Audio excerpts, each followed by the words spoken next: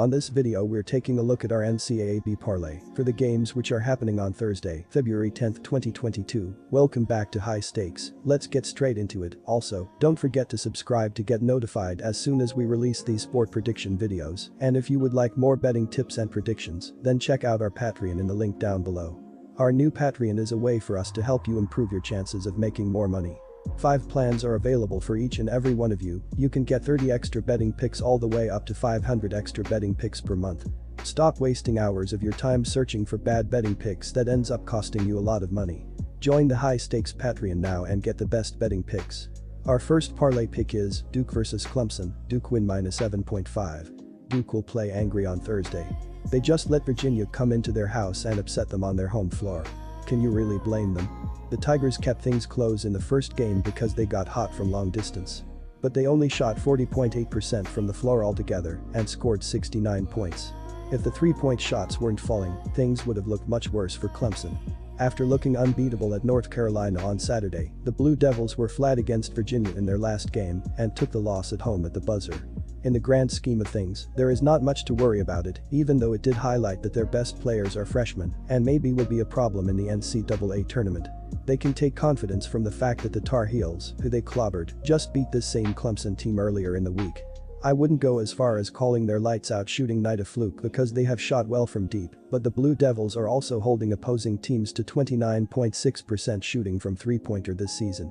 So getting lit up from beyond the arc is a rare occurrence for them. Clemson played Duke close on the road, losing by just 2 points earlier in the season. That might have been the Tigers' best game of the season, as they are just 4-8 in ACC play this year. Normally the Tigers can rely on a very stingy defense to keep them in games, but this season they just don't have it. As a result, there are many games where they are just not competitive. The offense has the higher efficiency rating on account of them making 38% of their threes, good for 14th in the nation. But it isn't the defense I'd be worried about in this game. Duke isn't dropping 2 offensive duds in consecutive outings. Paolo Banchero and Wendell Moore Jr. will be seething after being held to single scoring digits in their recent loss to Virginia. This is their opportunity to go on the road and make an example out of a team they nearly stumbled against last month. The opening line on this one was -5.5 for Duke, which would have been an awesome buy low price. The number has moved to -7.5, and I think that is still a good value with the much more talented Blue Devils. If this game was being played after a Duke win against UVA, the Devils would probably be -10. That gives us a couple of more points to work with. Take Duke. Our second parlay pick is Arizona vs Washington State. Arizona win -6. The 4th-ranked Arizona Wildcats will travel to Pullman on Thursday night to play a Pac-12 game against the Washington State Cougars. Arizona is an impressive 22 on the season and currently in first place of the Pac-12 standings at 10-1. The Wildcats' only Pac-12 loss of the season has come on the road against UCLA, which is trailing them by just 1.5 games. They went on the road and beat Arizona State 91-79 on Monday night. Their offense was clicking in that one, shooting 56.7% from the field and racking up 91 total points as a team. This Arizona squad is one of the best in the country under first-year head coach Tommy Lloyd. We're looking at a real clash of styles here. Arizona is one of the top 5 scoring offenses in the nation, and they lead the nation in rebounding. Washington State is excellent on the defensive end of the floor and will test Arizona's offensive mettle. The concern for the Cougars is if they have the weapons to hang with the Wildcats, who are no slouches defensively themselves. Arizona comes in second in field goal percentage defense, 37%, first in 2-point defense, 39.7%, and they allow the fewest assists, 11.9, per game. Washington State has quietly won 5 straight games dating back to mid-January and is a respectable 14-7 overall this season. The Cougars beat Stanford on the road during this stretch, which is a great win. Last time out they defeated California 68-64 on the road. Unfortunately, Washington State was out-rebounded 41-30 in that game, and I can see that same thing happening in this game against Arizona. The Cats have so much size, including one of the best inside defenders in Christian Coloco. Arizona is the better team, and I think it will be very hard for Washington State to score inside on this big Arizona roster.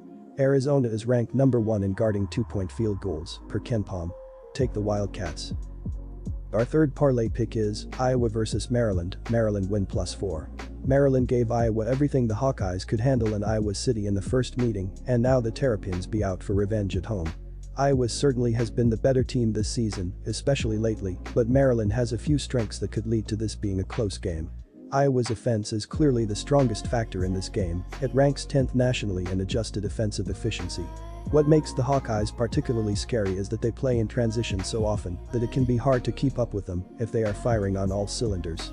Per synergy, Iowa ranks 12th nationally in transition frequency. However, Maryland is one of the best teams in transition defense this season, ranking in the 97th percentile. Iowa's half-court defense is still extremely strong, but Maryland has a chance to keep this close if it can prevent Iowa from scoring in the open court consistently. Maryland looks like they want to close up shop.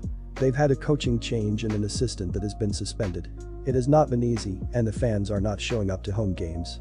Iowa needs to win this game to get to .500 because they don't want to keep sinking in the conference standing, no matter how good their net ranking. Getting McCaffrey back on the bench can't hurt. In the first game, Maryland had no answer for Keegan Murray, and he'll once again lead them to a conference win. Danny Manning took an assistant coaching job from his friend Mark Turgeon in the offseason, not expecting to be head coach for one of Maryland's worst teams in years after Turgeon quit in early December. The former Kansas Star and Wake Forest head coach had little to no chance to become the full-time coach after this season. He had to take the Terps to the NCAA tournament, and this team has little to no chance, zero right now, of making it. At times, the Terps have been competitive and other times they have been atrocious, as they were against Ohio State last Sunday, falling 82-67 in Columbus. Forward Donta Scott was the only player who showed up offensively with 25 points for the Terps, who shot 39% from the field. But it was the defense that was basically a no-show, as they allowed the Buckeyes to shoot 51% from the field and 42%, 11-26, from beyond the arc. Maryland has one real consistent outside threat, and that's senior guard Eric Ayala, 15.4 ppg, 34.8% 3-PT. When he's off his game, they have almost zero chance of beating a good Big Ten team. Rhode Island transfer Fats Russell has shown signs of becoming an elite point guard, and other times he's just a guy. He averages 12.9 points and 3.7 assists on 39.4% shooting. The Terps' numbers in conference play are pretty bad. On offense, they are shooting just 41.4% from the field to rank 13th in the league, while shooting 44.1% overall, 7th. They also rank 11th in rebounding ratio, -2.2, in conference play, and 11th in turnover margin, -1.75. On the other end, Iowa's defense is shaky once again this year, ranking 92nd in KenPom's adjusted defensive efficiency. Maryland is by no means a great offense, but it has guards and wings capable of beating the Iowa perimeter defense off the dribble. Lastly, Iowa is obviously on the road in this game, and one could argue that is worth an automatic fate of the visitors. The Hawkeyes are just 1 to 3 Austrian shillings as road favorites this season and rank 341st in Haslametrics away from home metric. Maryland may not win the game, but expect it to be close. Disclaimer: no financial advice. The information on this channel is provided for education and informational purposes only, without any express or implied warranty of any kind, including warranties of accuracy, completeness, or fitness for any particular purpose. The information contained in or provided from or through this channel is not intended to be and does not constitute financial advice, investment advice, trading advice, or any other advice. The information on this channel and provided from or through this channel is general in nature and is not specific to you, the user, or anyone else. You should not make any decision, financial, investment, trading, or otherwise, based on any of the information presented on this channel without undertaking independent due diligence and consultation with a professional broker or financial advisory.